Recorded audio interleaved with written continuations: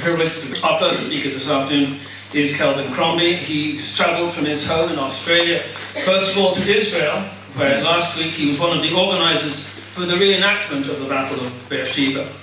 And he's on his way to London to attend a major Balfour Declaration celebration in the Royal Albert Hall. Ladies and gentlemen, Kelvin Crombie. We're here in Dublin, even though it's meant quite a few hours on the aeroplane of late.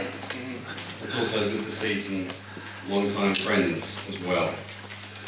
I was speaking just a while ago with Simon from the Australian Embassy about the events of a few days ago, and it wasn't on my notes. I very rarely use notes anyway, but if I did use notes, it wouldn't have been on my notes. I want to tell you a little bit about what happened in Beersheba a few days ago.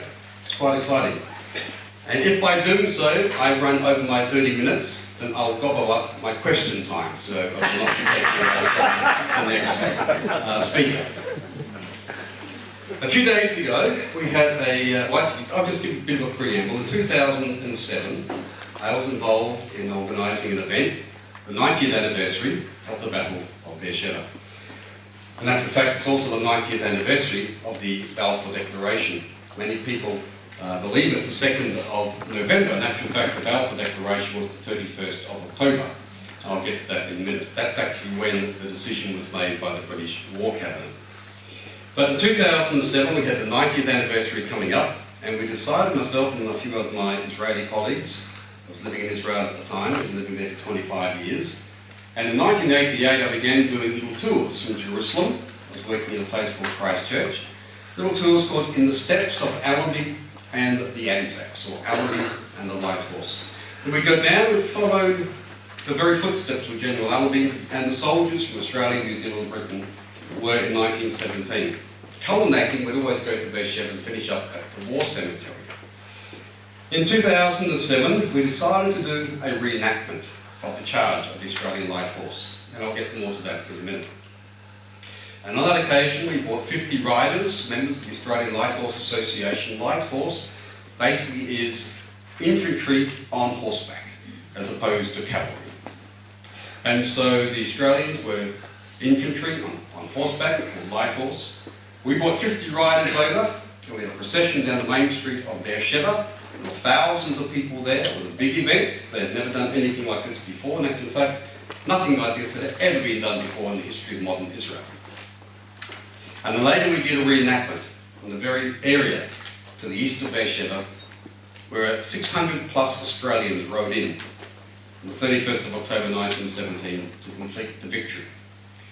Now that was the first time we did it. We did it again in 2012, the reason being we were aiming for the 100th and we had to keep the momentum going. The Israeli municipality got interested.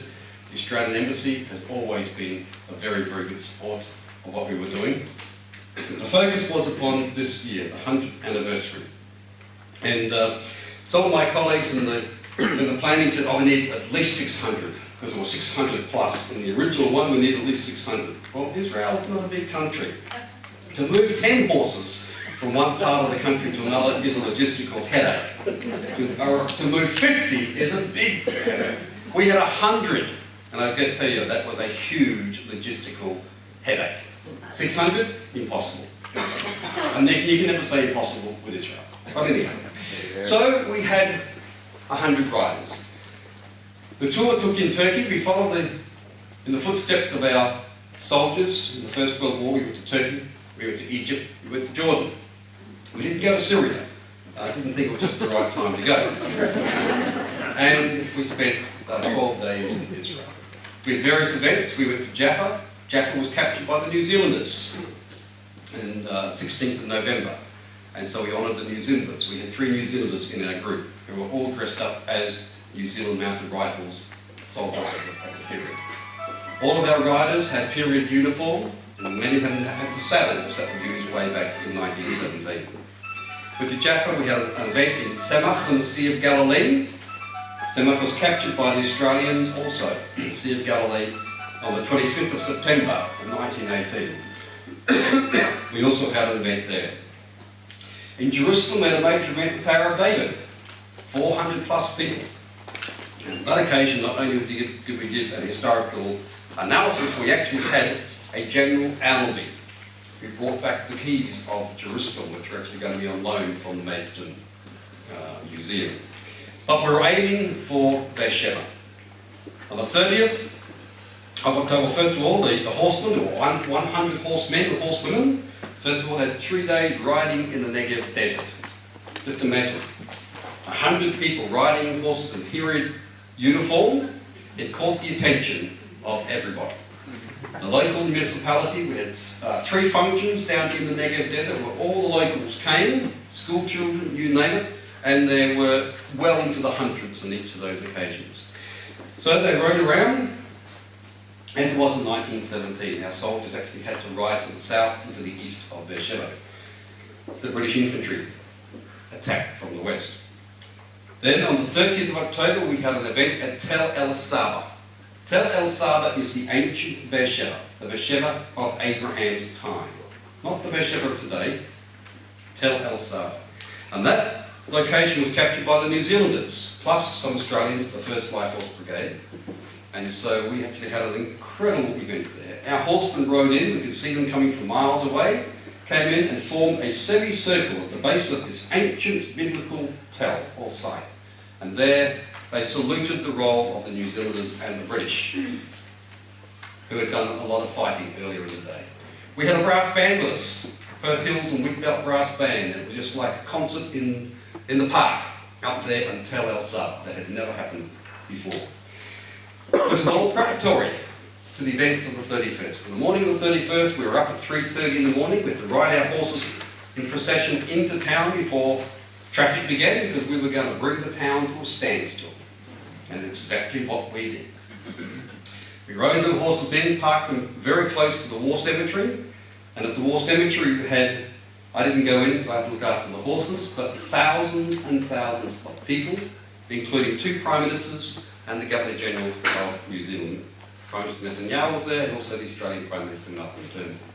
And many, many others as well. In 2007, we actually had, for the first time that I can remember, the Irish flag was flown at that service. Rodney Stafford was involved in actually getting the Irish flag from the Irish Embassy, that occasion. Rodney didn't make it this time, so I'm not quite sure if the Irish flag was flown. Why? Because the Irish 10th Division was actually involved in the Battle of Beersheba. So this year, a massive ceremony in the war cemetery, and then afterwards, what I feel actually was the highlight of the entire day.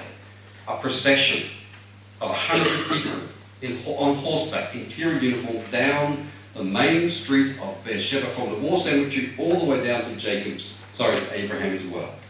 Estimates vary, but I've heard people say there were at least 15,000 people on the roads, and I'd say that would be a fair estimate. I reckon it could have been more. It's an event I personally will never forget. Those people riding will never forget it. We had the Israeli Army band going before us, and then our own Perth Hills Wigbelt band after that.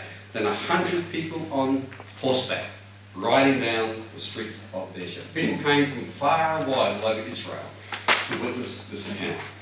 At the end of that, it took us quite a while to get down there.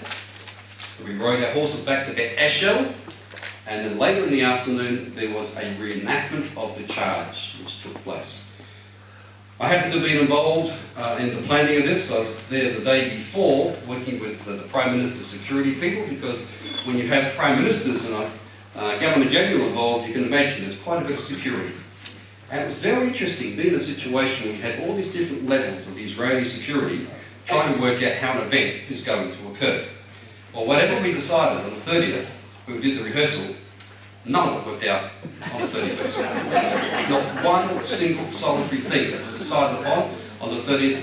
At one stage it was said, no, we cannot shake the hands of the Prime Ministers because some of our horsemen were going to come up. And the Prime Minister's security people said, no, you cannot shake their hands because the Prime Minister might lose his balance. No, we can't have that. Well, guess what happened on the 31st? All the horsemen who came up, the Prime Ministers and the Governor-General, they reached down to shake hands. So in Israel, things don't always go according to plan. And we had a reenactment of the charge. Only 100 horses came in, and it wasn't a full-on charge as it was in 1917. It was more symbolic. But as a grandstand had been built, estimates are there were 4,000 people watching this event as well. And they actually had to turn people away, they couldn't get in.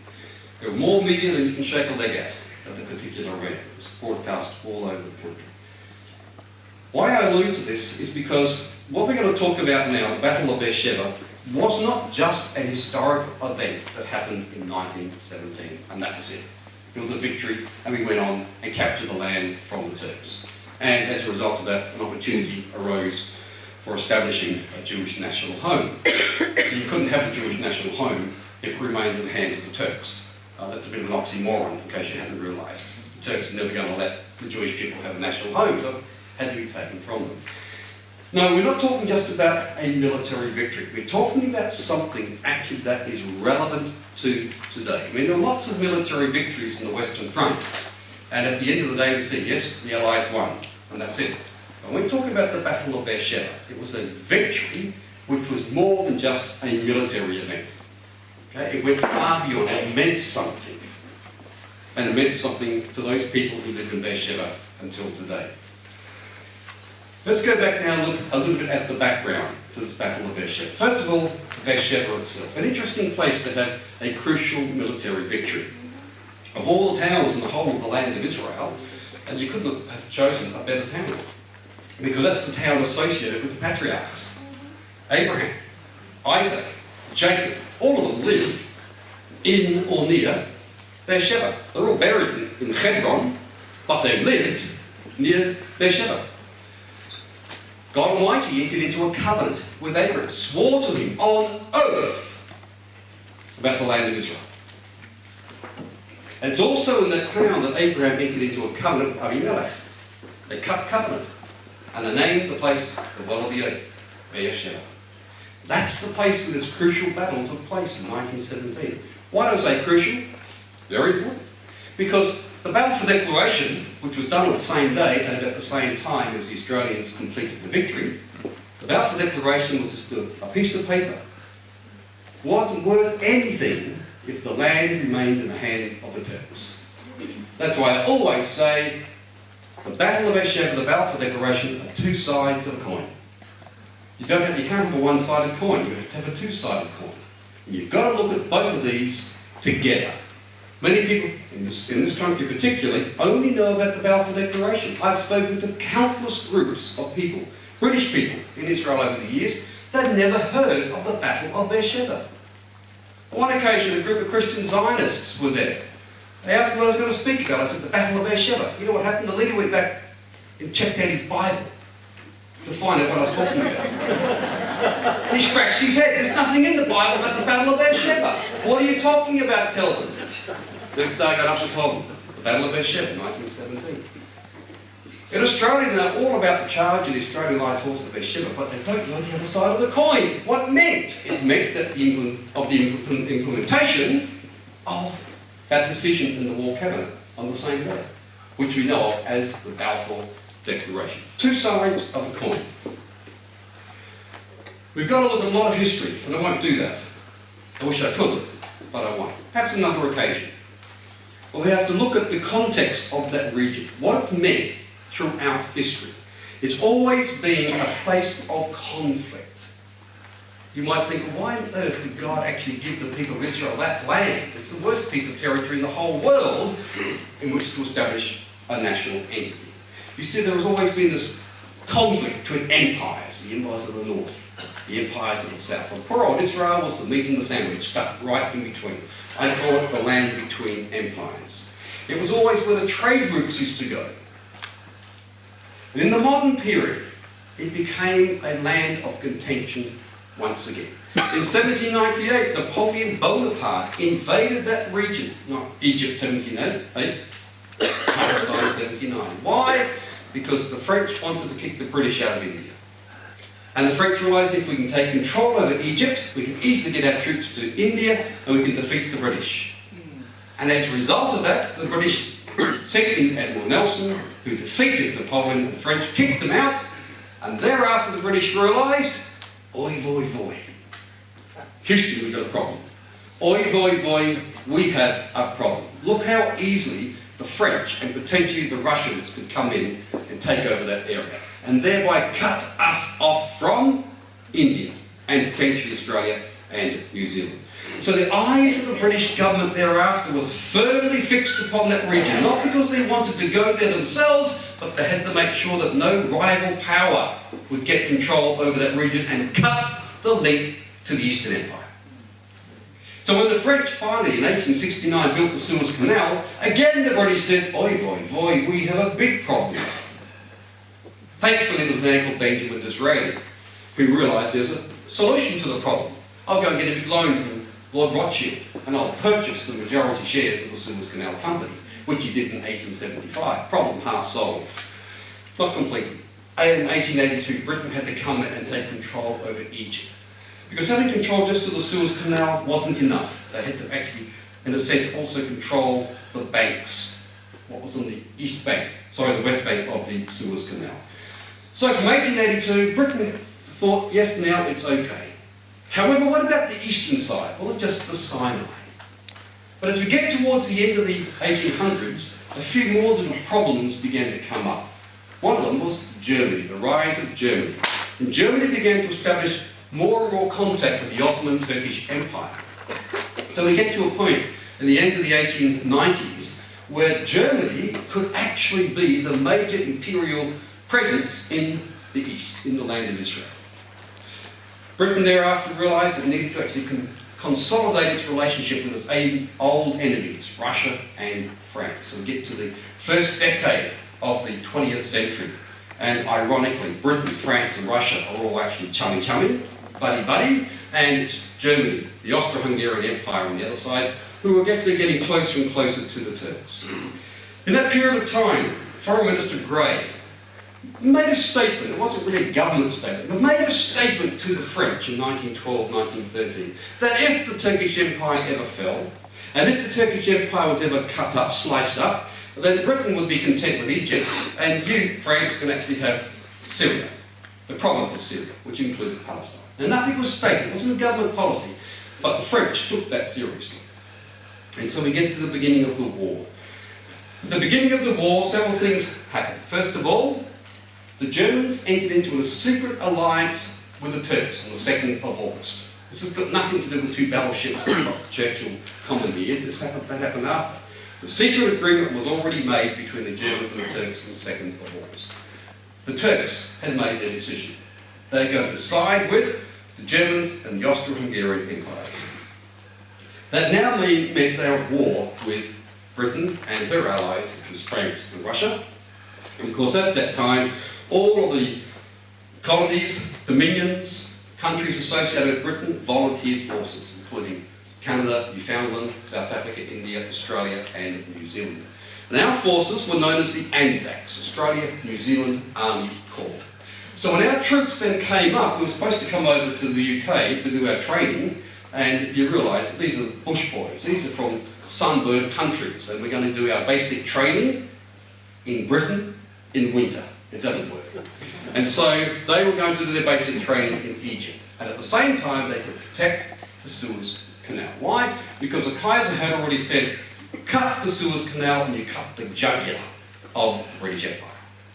And so our job was to protect the Suez Canal and to stop the Turks from coming down there. Now all this happened at the same time as people over here in the UK, in Ireland, were beginning to look at what potentially could happen as a result of this war. If the Turks are now fighting against us, if we defeat the Turks, that means, perhaps the opportunity for the Jewish people to have a homeland will arise out of the ashes of this war.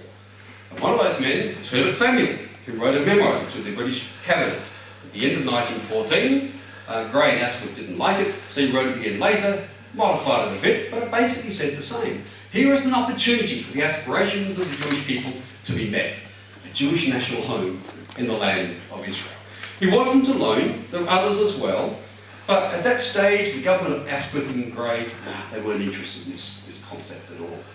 And so we have several things going on at the same time in the Middle East, concerning the Middle East. We had the fighting over there, the British fighting against the Turks, and then you had people in this country, Christians and Jewish people, saying, an opportunity may arise for a national home for the Jewish people. We fast forward Our first major conflict against the Turks happened at Gallipoli. Now most people over here also don't know much about Gallipoli, except that it was a big failure. Winston Churchill was the cause of it. Well, Winston Churchill was not the cause of it, Lord Kitchener was the cause of the failure. If you go through the minutes of the British War Cabinet, you'll see very, very clearly that Churchill, if they listened to him, he was right. And they kept on listening to Kitchener. We won't go into that right now. But as a result of the Gallipoli campaign, something important happened. The Russians said, once you guys capture that region, we want those areas ourselves. Constantinople, Bosphorus, the Dardanelles. The Russians said, we're going to incorporate that into the Russian Empire. And when Britain heard that, she said, oi, voi, voi, we've got another problem. But we had enough problems. We've got another problem. The Russians will have that area. And if the Turkish Empire falls, the French for sure are going to demand Syria, which included Palestine, which was the east bank of the Suez Canal. So the British put together a committee headed up by Maurice de Bunsen, the purpose of which was to determine what was good for Britain's long-term interests in the event that the Turkish Empire fell and was dismantled. And that committee later reported back and said, well, we don't think it'd be good for Britain to have control, but for sure we don't want the French on the east side of the Suez Canal. The Gallipoli campaign was also significant because it was the first time a Jewish force called the Zion Corps, which was set up by Jabotinsky and Trumpeldor, and it was actually commanded by an Irishman, John Patterson. And I first heard about Patterson well back over 30 years, and I was infatuated by this particular man. Here he was, an ordinary Irish guy, and he's heading up the first Jewish fighting force which had the Star of David there for hundreds and hundreds of years. They served in Gallipoli. Yankee's written a book about it, so if you want more information, go and see Yankee afterwards. Out of the ashes of Gallipoli, other things began to develop. The soldiers came back to Egypt. Our allied soldiers were defeated. This was the first battle Australia and New Zealand fought as sovereign nations. And we were defeated. We lost over 11,000 soldiers killed. Two small nations. That was our first battle. 11,000 dead, and it's a defeat. How do you think they felt? Next time we have a crack at Johnny Turk, we're going to win, said they. Didn't take long before that happened. Because the Turks were now cock-a-hoop. Who had the Turks just defeated? The Aussies and the Kiwis? Who had they just defeated? The British Empire. And the French. So they were cock-a-hoop. Now was the time, they said, to capture the Suez Canal.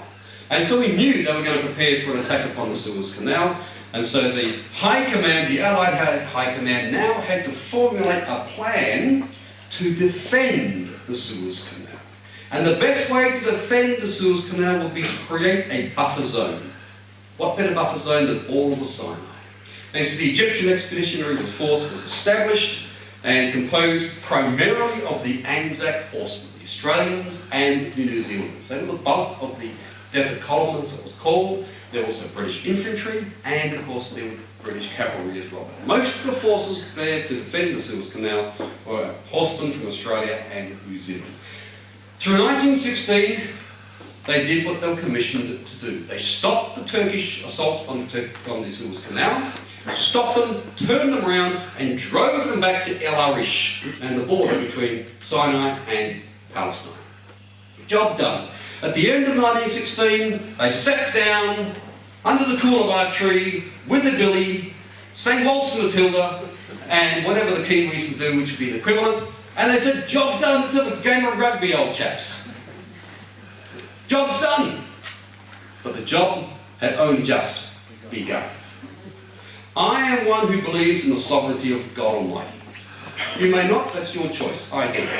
Because right at the time when we had soldiers who could fight in the desert, were there poised in the border of the land of Israel, what happened? There was a change of government in Britain. And Asquith and Grey were out, and Lloyd George and Balfour and Smuts came in. Well, that's just three guys for a start, who all had a sympathy for the Jewish people and the restoration of Israel. Coincidence? If you want. I say providence. Right at that time, two things happened. As we say, dafka in Hebrew. And that set the tone. Lloyd George thereafter realised he needed to capture the entire province of Syria. And that included the land of Israel. And he gave a decision to capture Jerusalem by Christmas. So our troops went in to the land of Israel at the beginning of January 1917, captured Rafah. We're on the way to Jerusalem, we'll get there early, well before Christmas, said they, or thought they. Not so.